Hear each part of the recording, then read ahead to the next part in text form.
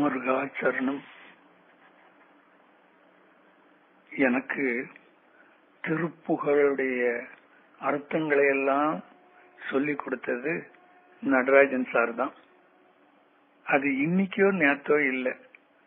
நான் 2003 ஜூன்ல ரிட்டையர் ஆன நாள்ல இருந்து நேற்றைய வரைக்கும் 10 வருஷம் ஒவ்வொரு திங்கட்கிழமையும் புதன்கிழமையும் மாலை 4:15 மணியிலிருந்து 5:30 மணி வரைக்கும் ஒரு தாய் குழந்தைக்கு சொல்லிக் கொடுக்கிறது மாதிரி திருப்புகழை சொல்லிக் கொடுத்தார்.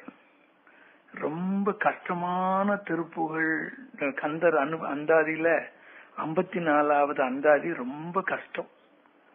அது சாரு பிரிச்சு பிரிச்சு பிரிச்சு சொல்லி கொடுத்ததுனால இந்த வீக் மெமரி இருக்கிற எனக்கு கூட அத ஒரே நாள்ல மக்கப் பண்ணிட்டேன்.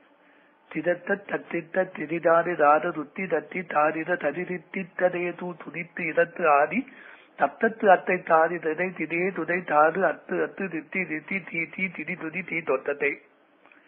இந்த மனப்பாடம் சார் சொல்லி கொடுத்த பிறகுதான் வந்தது எனக்கு. பிறகு என் பேரன், அவன் சின்ன பையன், நல்ல மெமரி உள்ள பையன், உடனே செய்து சாருகிட்ட போய் அத சொல்லி காமிச்சுட்டான். சோ இந்த அளவுக்கு அந்த டீச்சிங் கெப்பாசிட்டி அவர்கிட்ட ரொம்ப நல்லா இருந்தது.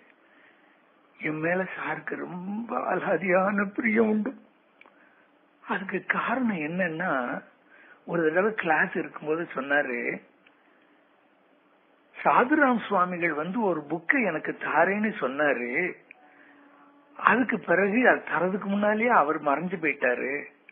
அப்ப நான் கேட்டேன், என்ன புக் சார் அப்படின்னா, அவருடைய குரு, என்னுடைய சாருடைய குரு ரசபதி, குகஸ்ரீ ரசபதி ஐயா, அவங்க உரை எழுதியிருக்காங்களாம்.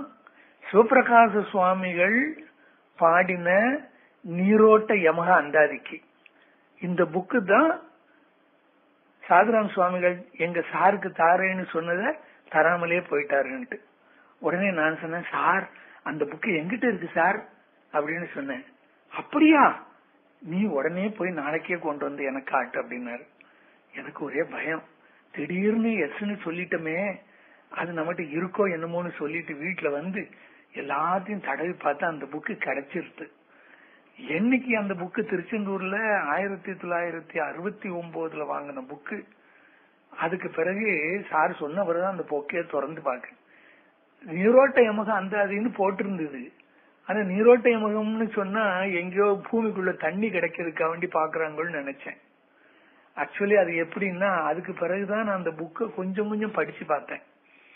அதாவது எப்படின்னா, வண்ணாரப்பேட்டை அம்பலவாணர் தேசிகர் பக்கத்துல அவர்கிட்ட சிவபிரகாச சுவாமிகள் சீடனா சேர்ந்து பாடம் கத்துக்கிட்டு வந்த நாள்.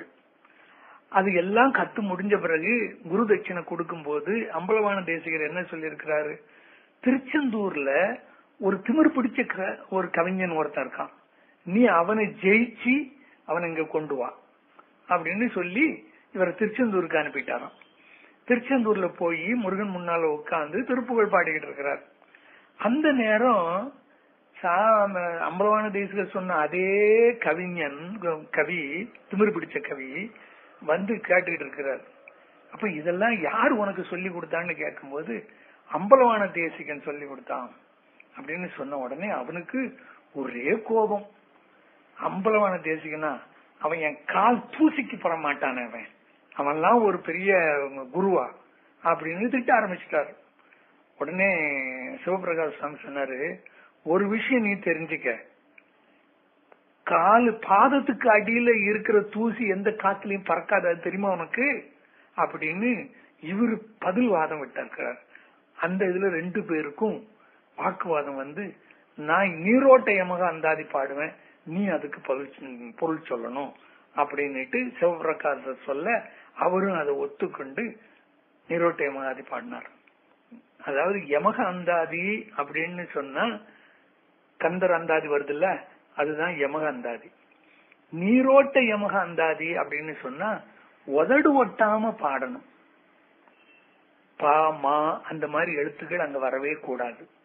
அப்படி 30 பாட்டு பாடி முடிச்சிட்டார். 30ல் 1 கூட அந்த திமிரு பிடிச்ச கவிக்கு பதில் சொல்ல தெரியல.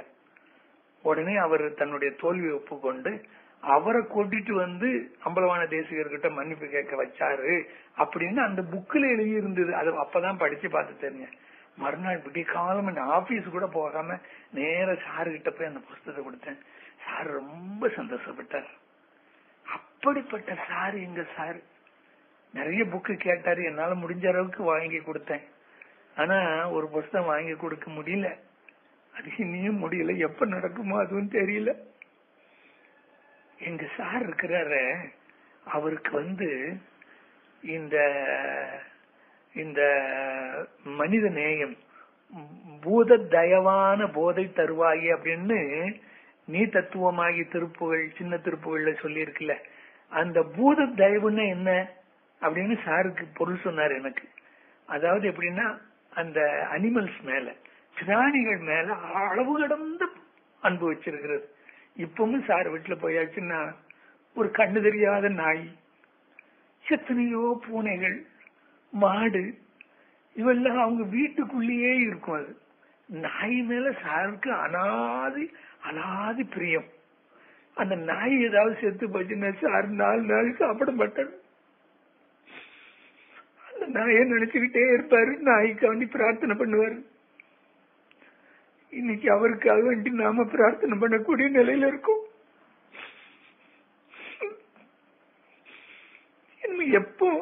எப்போ அவர் திருப்புகள் சொல்லி கொடுத்து இனிமே நம்ம எப்ப கேட்க, எவ்வளவு ப்ராஜெக்ட் வச்சிருந்தோம். நான் கூட அடிக்கடி சொல்லுவேன், இந்த ஒர்க் நமக்கு லைஃப் ப்ராஜெக்ட்.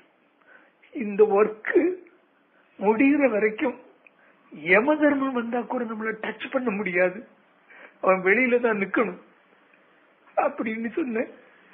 அந்த முருகன் போய் என்னை ஏமாத்திட்டான். எங்க சார முதல்ல கூப்பிட்டுட்டான்.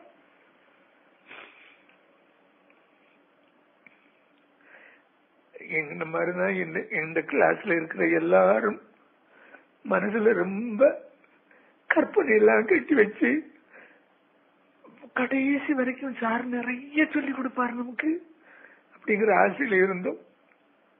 அந்த ஆசையெல்லாம் நிராசையா போச்சு.